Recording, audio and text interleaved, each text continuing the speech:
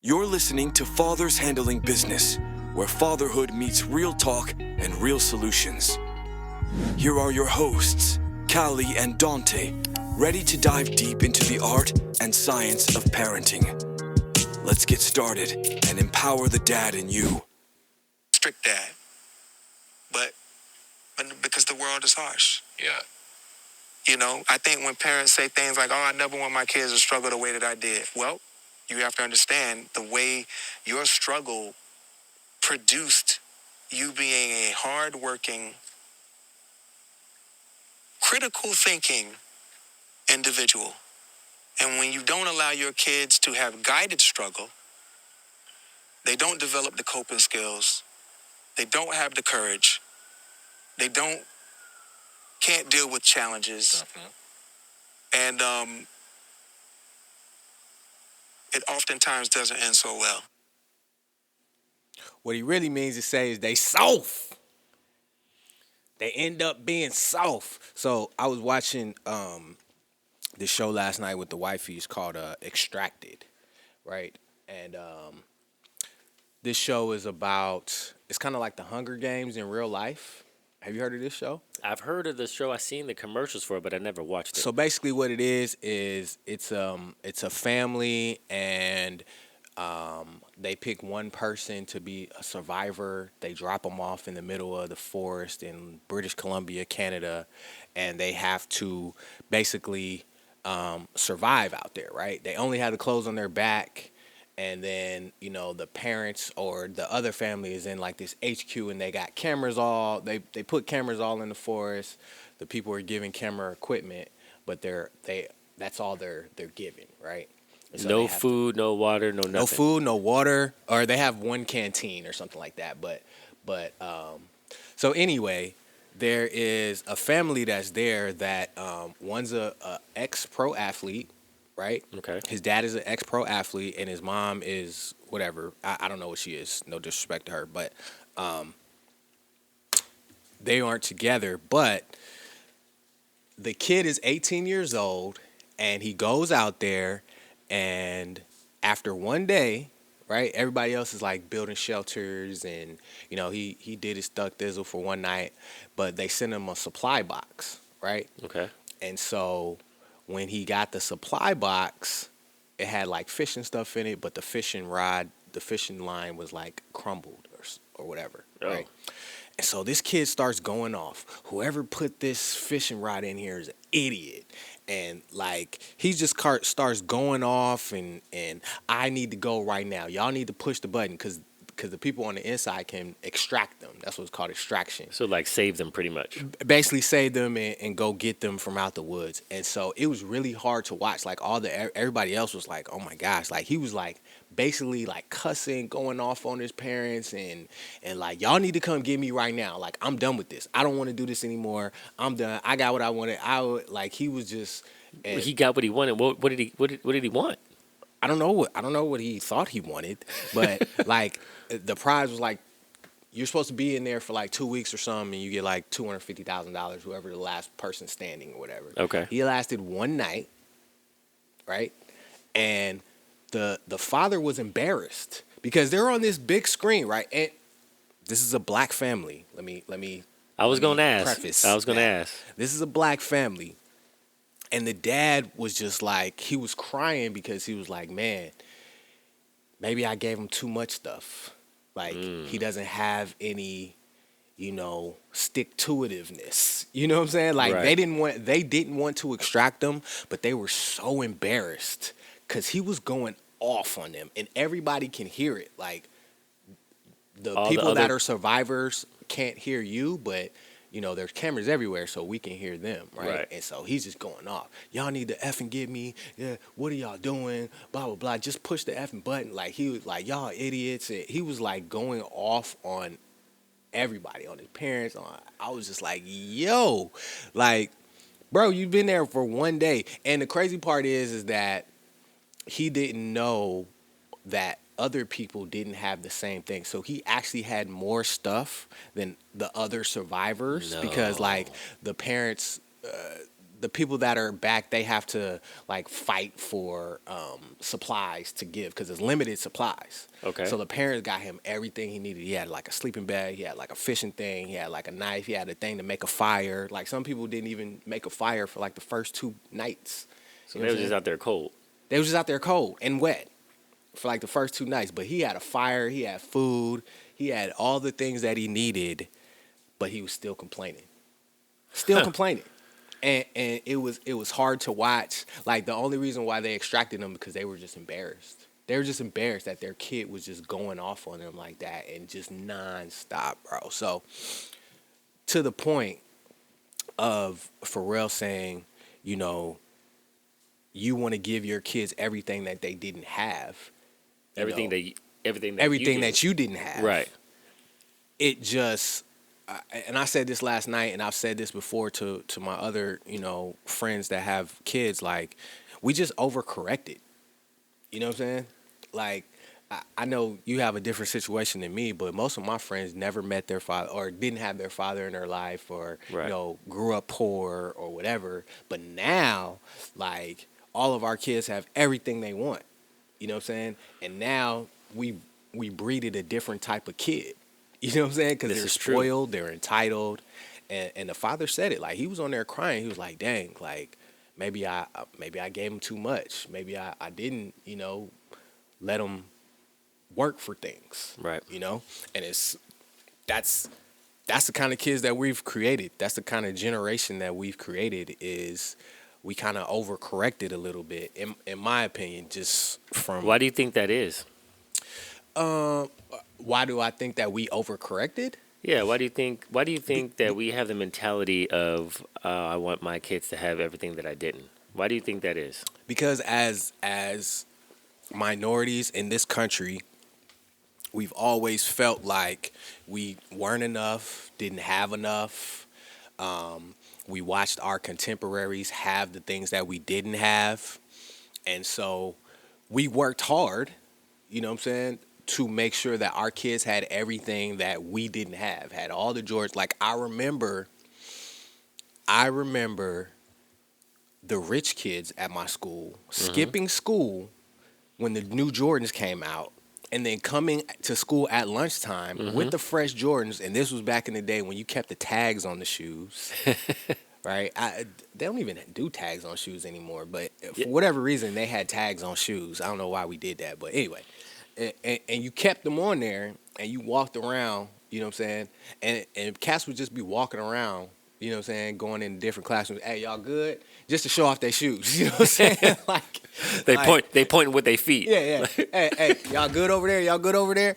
Yeah. So it was, you know, a past perceived void. You know, and so a lot of us were like that. A lot of us got clowned. You know, that was a pastime in high school, is just clowning people for their gear. I don't know if that was at your school. Yeah, but... no, well, it's funny that you say that because when I came to live with my dad, I moved from the Bay to LA, and I didn't experience any of that until I came to LA. Right. And it was people on my team, you know, supposedly your brothers, like your basketball team, like, and there was this one dude in particular, and he was relentless. Just like, I was brand new to the school, and he just would not let up. And it wasn't like I had the Karl Kani like full jean, you know what I'm saying? Like I was fitted, but I didn't realize until later on, like he was just jealous. You know what I'm saying? And I'm like, how is this dude talking so much trash about me? And he was just like about everything. He was like, I mean, he called me light skinned. It was like, oh, you light skinned, you know. Like, I'm just like, Donté is not light skinned. You know what I'm saying? And so I mean, like I guess to him I was light skinned because he was Wesley Snipes. You know what I'm saying? Got you.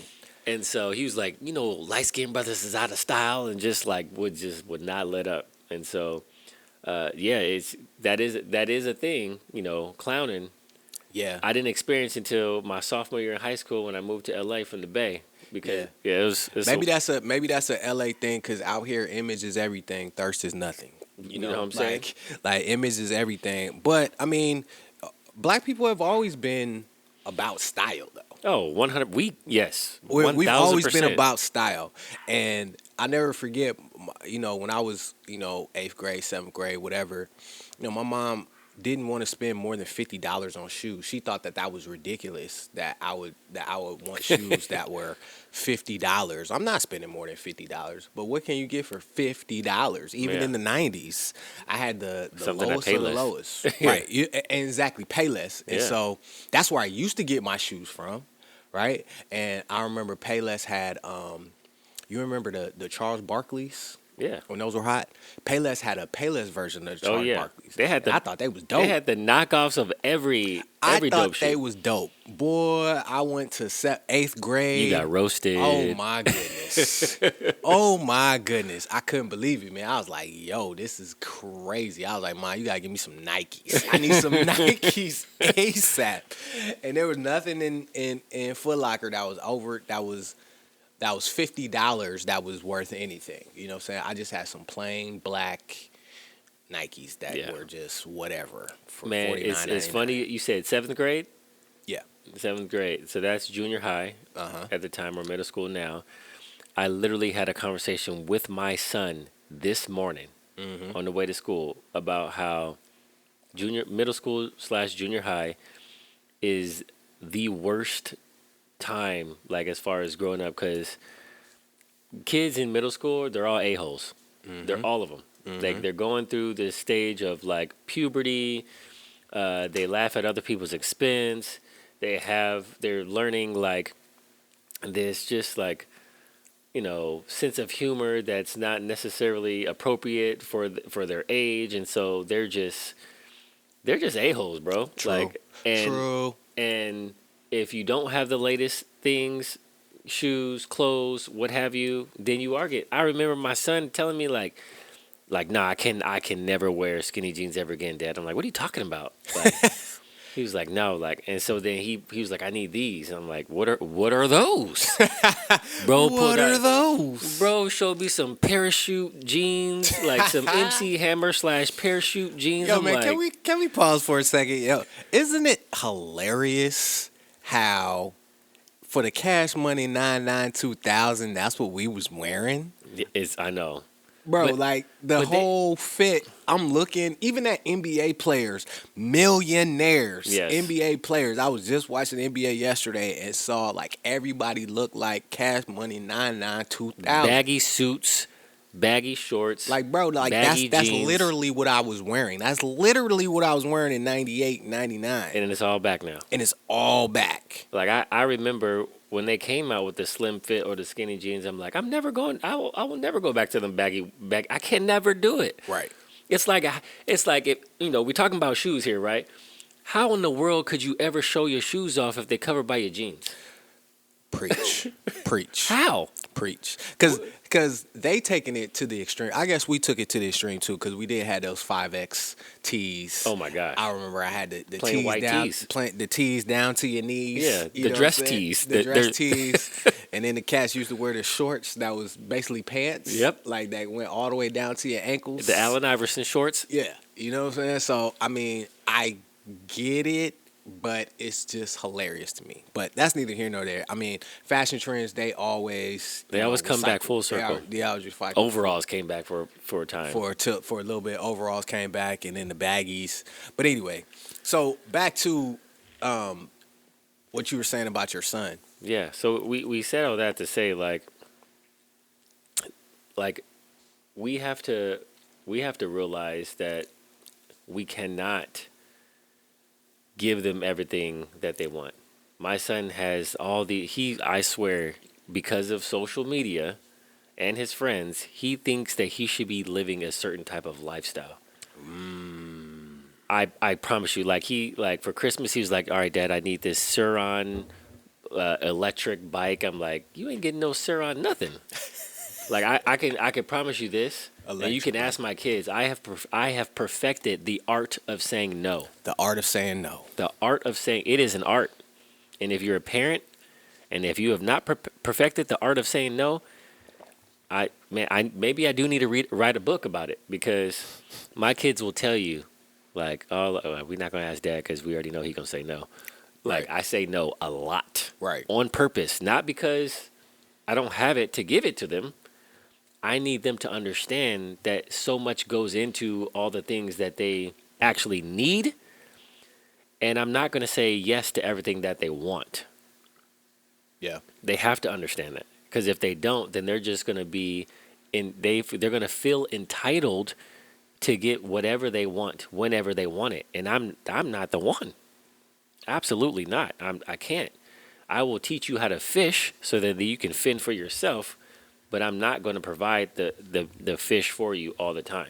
So how do we strike that balance? Because you say that, but you know, your kids still have everything they want for the most part. You know what I'm saying? Not and my and kids. I don't mean you specifically. I just mean In general. In general, we provide above and beyond, right? The things that they need, and we have provided that, and trying to not scar them, is a topic that we have as parents. But it's a balance between trying not to scar them, but also giving them that latitude to make mistakes and to fall and scrape their knee so that they can be stronger. Because a lot of times, like with God, right? We don't know all the things that God has stopped for us, Oh my gosh. right?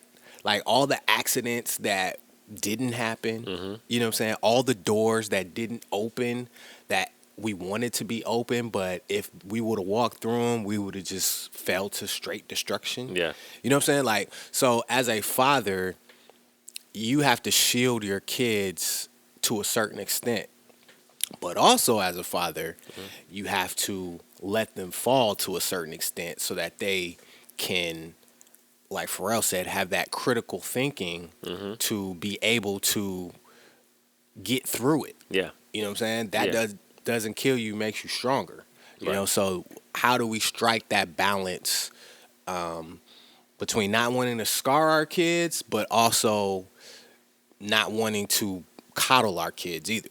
Yeah, it's just like Pharrell said. I forget the term that he used, a guided struggle or guided failure or something like that. Like, our kids need to experience failure. They need to experience failure in the sense, or in the sense that we can see what's going to happen before they can see what happens. We allow them to fail. We allow them to, like, metaphorically and literally, scrape their knee. We know they're going to be okay. We know that they will heal, but they need to experience it. They need to feel it, right? They need to go through adversity. That's the biggest issue in today's culture, is that kids don't know how to overcome adversity. Right. They don't. I mean, just like the show Extracted, that you were just that 18-year-old probably never went through any type of adversity in his life. Anything. And his parents just extracted him. He was the first one gone. After one day. Like one day. And then he was like, when he saw his parents, he was like, yo, I was telling y'all to press the button all day. What happened? Why did it take so long? Yeah, Like, that was the first thing he said. that's wild. It's wild. It's wild. And yeah, keep going. That man, I don't know what their parents' response was, but it was like, "Oh, we extracted it to let you know, we love you. We're gonna give you a hug and a kiss, and we about to send you back out there because that's what I would have did." Like, yo, No, I mean, at first they were like, yo, we not doing it. Because they were upset because, once he got the box, like, he wasn't grateful. He was just complaining the whole time. About everything. Everybody else was like, oh, thank you, I finally got a knife. Or, oh, thank you, I got some food. You know what I'm Right. saying? Like, there was no food.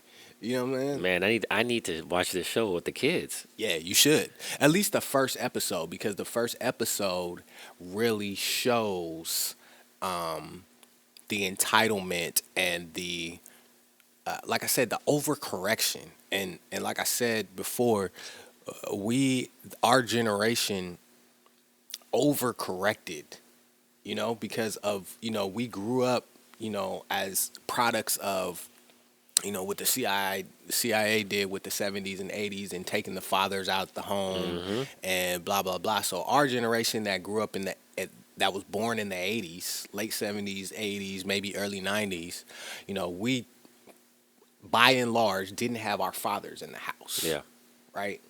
And even if we had our fathers around, they weren't necessarily in the house. Present. You know what I'm saying? Present. They was out, Papa was a Rolling Stone, or they was out doing their thug thizzle, or, single mother, whatever. You know what I'm saying? So our generation, by and large, obviously there's exceptions to every rule, but by and large, we try to be there for our kids as much as possible. And on top of that, give them the things that our moms couldn't get us because they were single moms. Right. Right? Struggling to just keep a roof over our head. You know what I'm saying?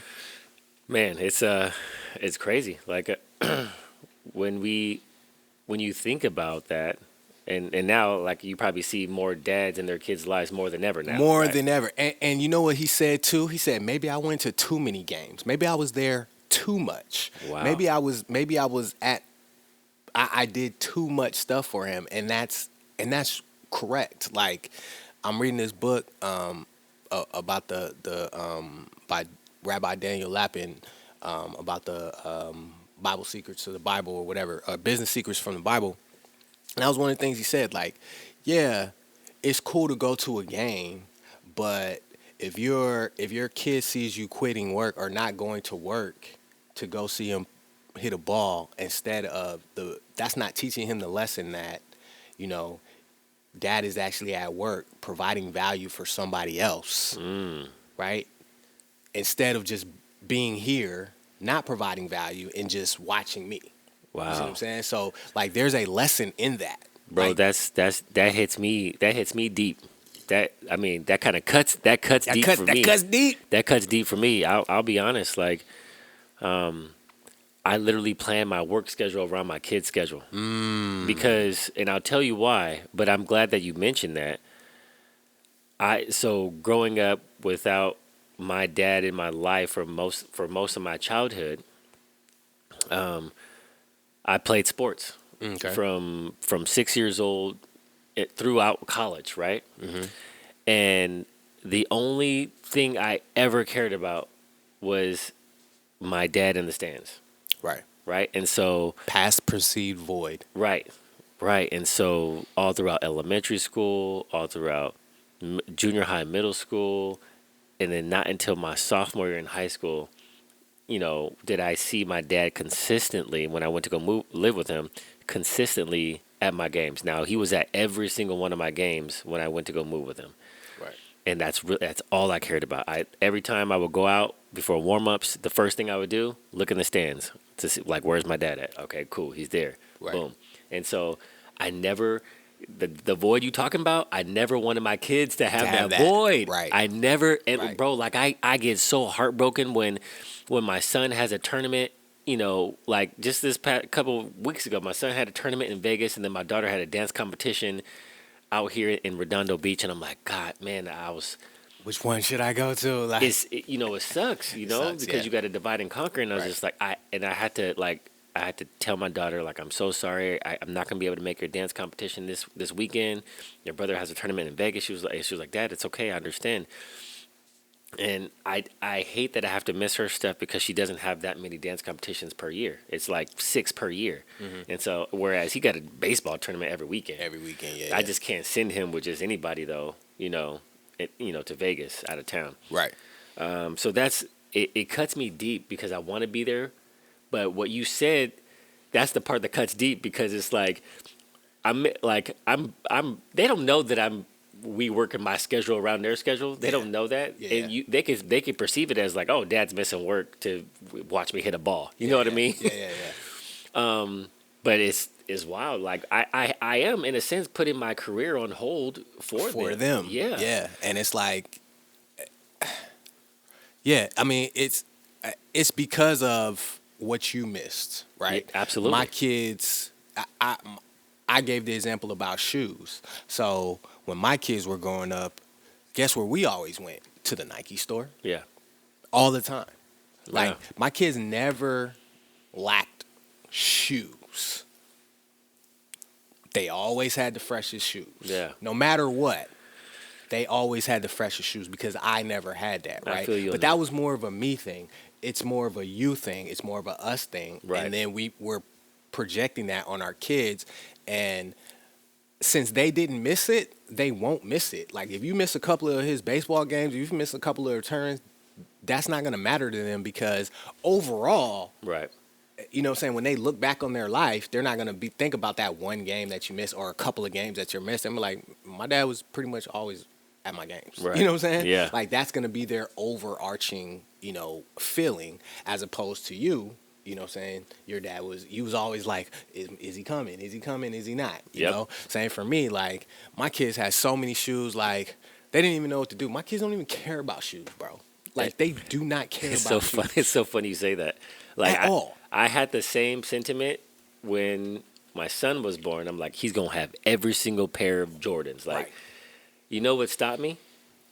It stopped at a very young age. You know what stopped me? What's that? When he was about, I want to say maybe 3. It was really young. Before 5 years old. Mm-hmm. This dude trashed some 11s, and I'm like, yo, never again. Right. You don't know how much I spent for them 11s. And my godson too. Like I remember getting my godson the 7210s, and then I seen him. You probably don't even like know a what few those weeks- are. I don't even know what those The are. the 7210 Jordan 11s. Yeah. Yeah, see, Bro. like they don't even know the significance They don't of know. 7210. They don't know, but he was happy to get them. Of course. But, bro, It doesn't mean the trashed same. them. It doesn't mean the same. They Trashed didn't them. grow up in the Jordan era and see that team go 72 and 10. You know what I'm Right. saying? So Yes. the feeling for it's just a name to him. Like it's just a pair of shoes to them. Yeah. You know? Like it's just another game to them. And now It's my son is just like, oh, I got to get the Sambas, some Adidas Sambas. I'm like, you know what, son? You're right. Yeah, let's get you those Adidas Sambas. Like, let's get you those Adidas Sambas, baby. Yeah, man, it's so interesting. And like I said, we overcorrect, right? I overcorrected with the shoes. You overcorrect with scheduling your whole life around their games. Yeah, it's crazy. Right?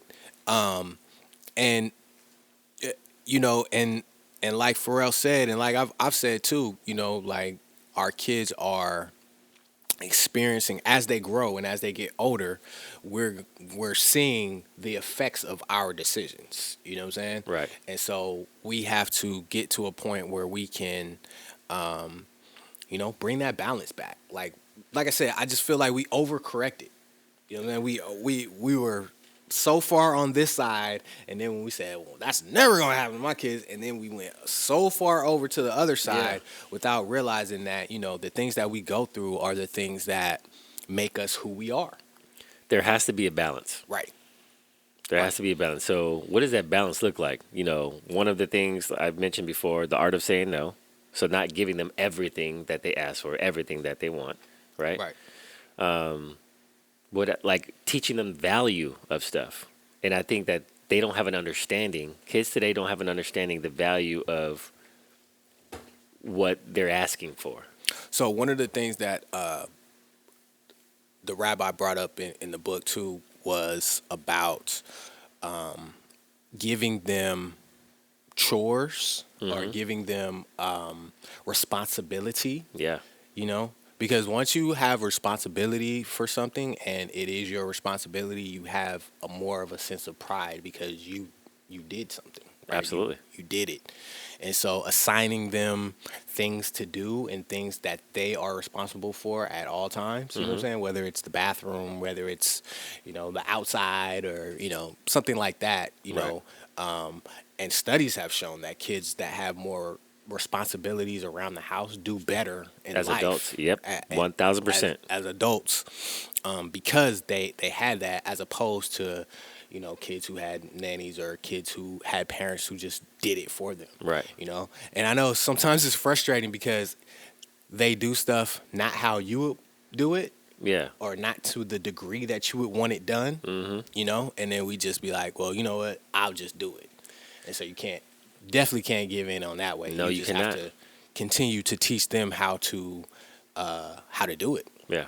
that's how I was raised. Like if I didn't do something the right way, I was showed how to do it the right way, and if I didn't do it how I was shown, then I would have to do it over until I got it right. Until you got it right. Yep. Yeah, I did. So I did pass that along to the kids because I experienced with a past partner that they didn't know how to clean.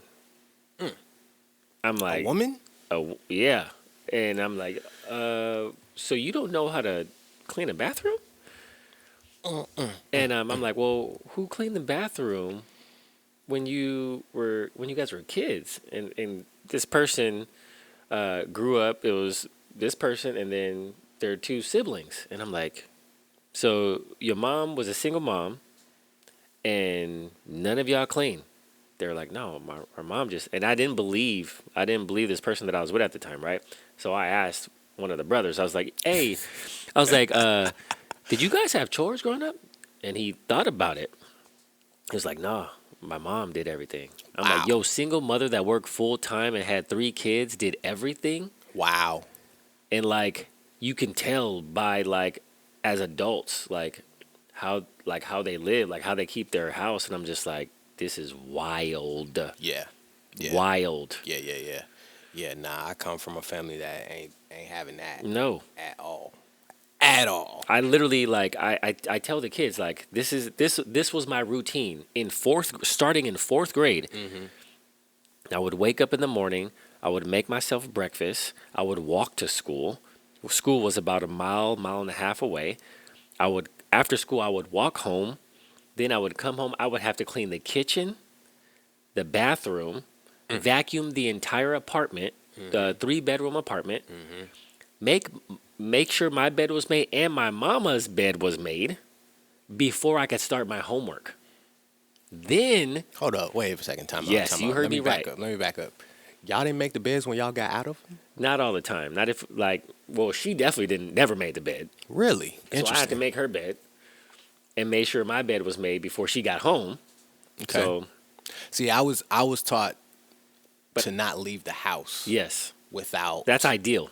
without your bed being made and the living room good Picked up. because you don't want to come home to a messy nasty house. Yes, to exactly. a messy house. Like that's how I was taught. So like I don't like the first thing I do as soon as I wake up, I make the bed. Yeah, but what if your wife is still in the bed? I make my side of the bed. Oh, so we have a rule like whoever wakes up Yeah, last. whoever wakes up last. Yeah, Yeah, I mean they that's gotta make the that's bed. the general rule. Yeah. Yes, but So I'm I just make saying sure I like get up early. but I mean, yeah, I'm usually the one that gets up first. So, but I try to, make up my side of the bed. But I mean, What a fortunately, gentleman. my What a wife, gentleman. fortunately, my wife is has pretty much the same, cleanliness that I do, except for one thing. What's that? One one thing that gets on my but I try not to bring it up because it's not essential, but it was just how I was raised, right? Okay. Like I was raised that the chrome has to be cleaned. The chrome? The chrome on the faucet, Oh, okay. right? Like you don't leave the chrome nasty. Like it has to be shiny. You feel me? I love it. I love it. And so, whenever I clean the bathroom or whenever, because like I said, I get up first and she gets up second. So if she brushes her teeth, what I'm saying, there may be spots, there may be, so I got to go in there and I got to clean it because it just looks nasty to me. You know what I'm saying? Not that it is, but, and that's more of a me thing because that's how I was raised, right? So, but I don't get on her like, yo, this chrome got to be clean because it's not that serious, Right? You don't fight every battle. Just understand you don't fight every battle. You know what I'm saying? It's not that serious. Yeah. I can just go in there and right it clean it and we good. But My man takes the high road all the time. I love it. hey man, not all the time, but certain things like that. That's just not something that I'm willing to fight over. Yeah, not You gonna know what I'm saying? he's not going down that hill. Yeah, I'm not gonna die on that hill because that's not important. But there's other things that I feel that are important that I'll die. I'll die on that hill. Absolutely. But that's not. But cleaning the chrome on the faucet, not gonna be one of them. Yeah. So that like legit going back to my upbringing, that's what I had to do before I had to start my home before I start my homework. Before you started and your then, homework, yeah. And then after I finished my homework, I could go outside with my friends. But like, and I had to do all that. Like you got to think like all that before you can go outside, and then you got to be in the house before the street lights come on. It's Facts. just like, But see, and like I said, like I was just different. Like I had to do all that before I went to school. Like I had to get up early, and when we lived in the house, I had to go pick the weeds in the morning.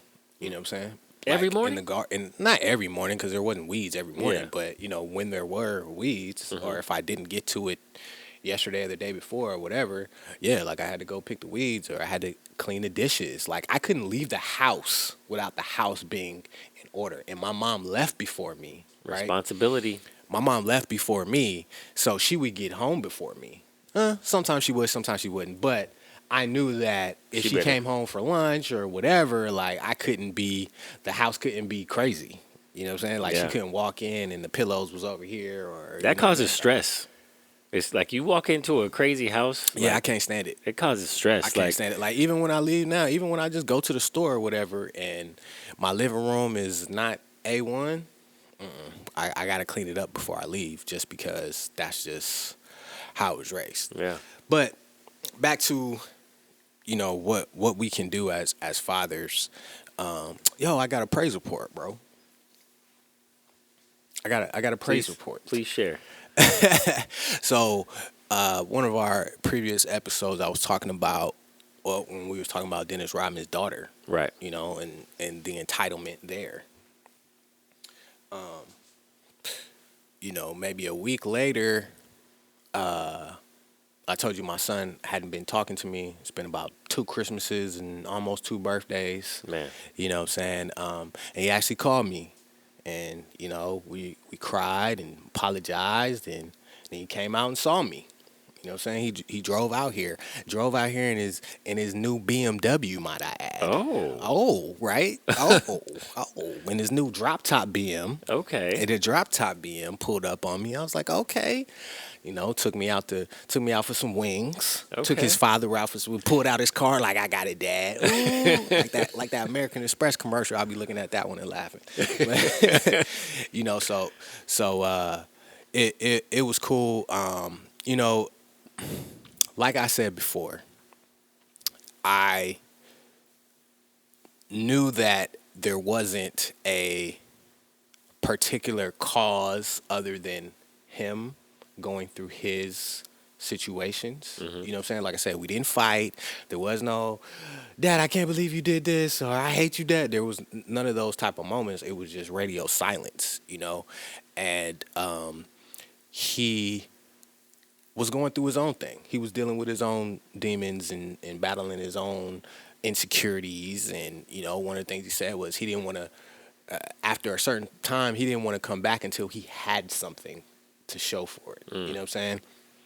And, I had to apologize to him like, yo, I never wanted you to feel like you couldn't come to me without having, like, you don't have to have something to be my son. You know what I'm saying? Like, Yeah. I don't want you to feel like you have to, be doing a certain thing or have a certain status to be worthy to come talk to me. You know what I'm saying? So, we had that conversation and we had an understanding, but it was him. It was him in his head, him overthinking, him, dealing with things that we all do as men. You know what I'm saying? Feeling worthy, feeling, wanting to make our people proud. You know what I'm saying? Wanting to make sure that we're doing the right things and going down the right path, and all those kind of things. So, he's and he was dealing with a breakup. So that's really what brought him to me as well. Like,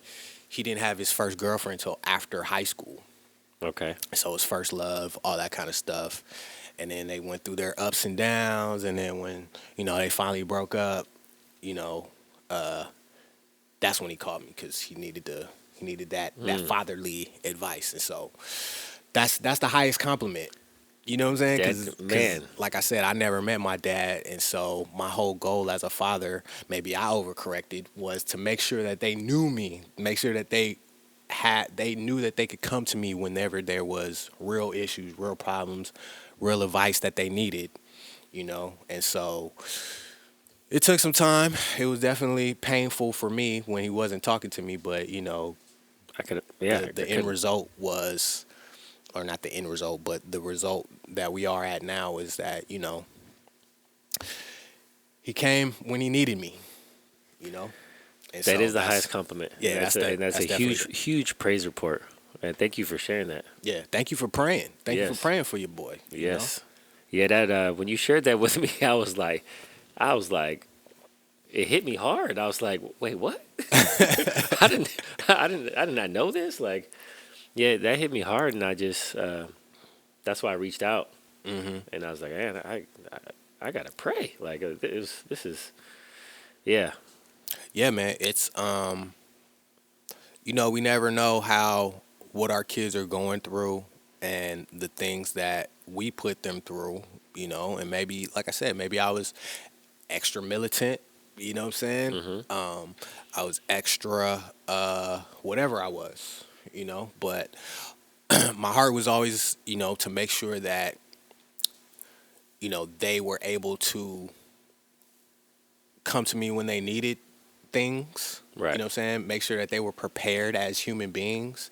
I think the last time that he was over here, we were preparing for his interview for his first job. You know what I'm saying? Like, I was taking him through the thing. He was coming down, sitting in here, like, and I was going through interview questions with him. And, right. And he called me right after he got it. He was like, they offered me the job right on the spot. I'm like, that's what I'm talking about. You know what I'm saying? Like, man, I love that. So it's those type of things that, preparing your son for the world. That's what it's about. Preparation. Yeah. And then, like I said, then at that job, that's when he met the chick, and then it was kind of went downhill from there. But, we back. But that I'm glad you brought that up, because we're talking about, like, what can we do to create that balance? That's another thing. Like, how can we prepare our kids for the real world? That's what Pharrell was talking about in this clip. Was like, the world is wild. It is wild. It is crazy. It is unforgiving. And so it's just like, we can't just give our kids everything they want and then throw them into the real world, right? Yeah. And expect them to flourish and grow and just be successful. Right. Because no one is successful without failure. No one is successful without having to overcome some type of obstacle, hurdle, adversity. Like, tell me you have not, experienced all those things. What? So that was one of the things that I told him when he called me, like, because he was, was crying and, like trying to, apologize and, say like, well, I was doing this and doing that and I failed at this. I was like, look, son, I know that in school, 70% is a failure, but in real life, that's not how it goes. Depends on who you ask. What do you mean? 70% is a failure. Well, whatever, right? Like in my household, yes, that was a failure. Yeah, like growing up, like that was a C. 60%, that was a C minus, and you failed. 60%, whatever. But in real life, like, you could fail 99% of the time, but if one thing works, you know what I'm saying? Like, if you tried this, tried that, you failed at this, you failed at that, you failed at this, you failed at that, but then you kept going and this one thing works, that's 1%. But you can be a winner with 1% in life. You know what I'm saying? Like, but what I told him was, I'm proud of you for keep going, for keep trying these things. You wanted to try this, okay, cool. That didn't work out. All right, so now you want to try that, okay, cool. Try it out, see if you like it, see if it's something that you can excel at and do, and blah blah blah. Just keep trying, keep going. Yeah. Like I got a song like where I'm like, yo, I'm a professional failure.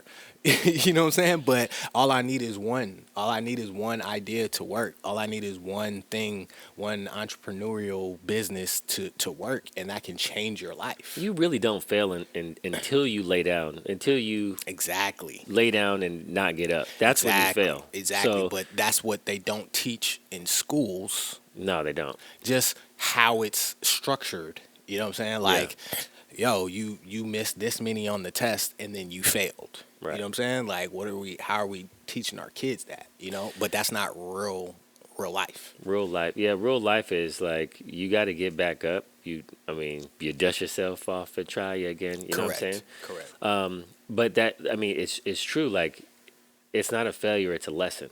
When you get up, when you get knocked down, and you get up, and then you keep going, you keep trying, you did not fail. It doesn't matter Facts. if you're in the race for something and you come in last, you didn't fail. You learned something through the process, right? Patrick Mahomes did not fail when he lost the Super Bowl on Sunday, right? No, he learned a lesson, and he's going to go back to the drawing board next season, just like what's his name, Hurts. Exactly. Just like Hurts did 2 years ago. 2 years So, ago. 2 years ago, He lost. He and lost. It hurt. And it hurt. He didn't fail. He learned a lesson. He went back to the drawing board, and he found himself in the Super Bowl 2 years later, and he, whatever lessons he learned from the previous 2 years, he implemented those things into, the present moment that he was in this current Super Bowl, and he reigned victorious. Like, it's just, we don't fail unless we just quit. Unless you quit quit. trying. Like, Unless you you quit can't trying. Quit. Like, quitting is the failure. Right. All right. And a lot of people do that. A lot of people quit. Maybe they don't say that they quit, but they quit by not trying anymore. They quit by, I'm just gonna binge watch this Netflix show. Oh, I'm just gonna drown in alcohol. And they may not say drown in alcohol, but I'm gonna go, hang out with my friends instead of trying to do XYZ. Yeah. You know what I'm saying? Oh, I'm gonna go, just smoke a pound of weed and get super high and just not think about Yep. XYZ. And that's a form of quitting. It is. It's a form of quitting. You know what I'm saying? Like, you may not verbally say I'm gonna quit, but your actions show. Yeah, because you're not doing what you're supposed to do in order to obtain your goals. Correct. Yeah. So, so what's the lesson for today?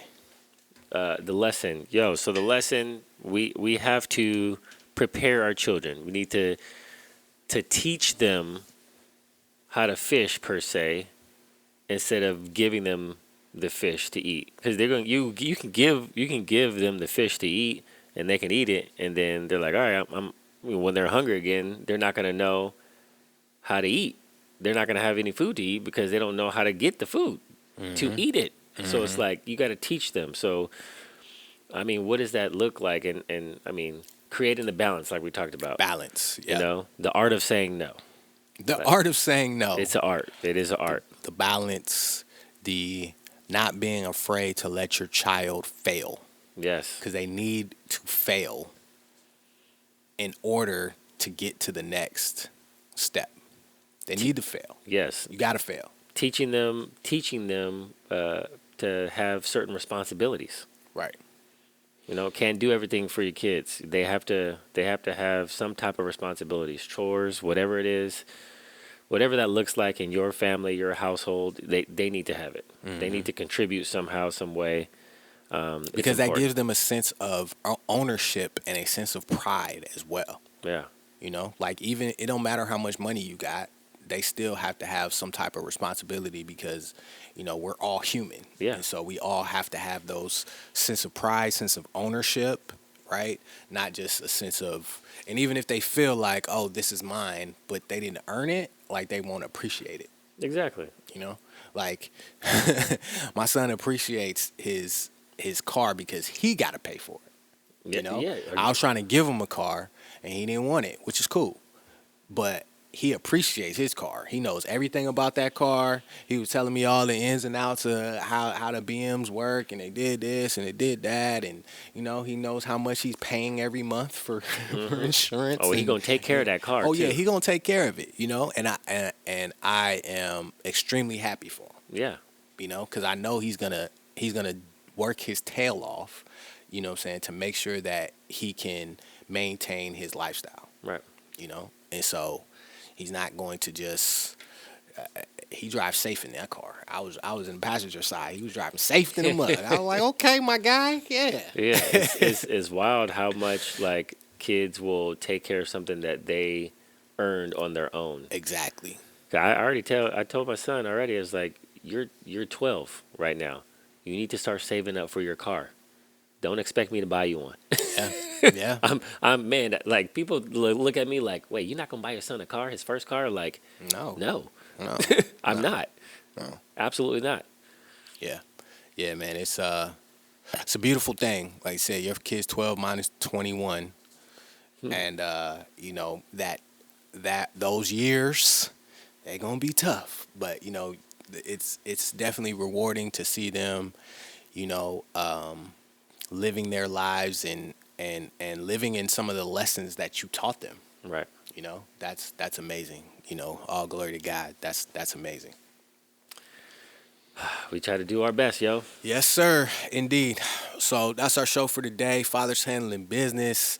I'm Cali. That's Donté. We're going to holler at y'all on the next one. Peace. Thanks for tuning in to today's episode. We hope you found our discussion enlightening and empowering as you navigate the rewarding journey of fatherhood.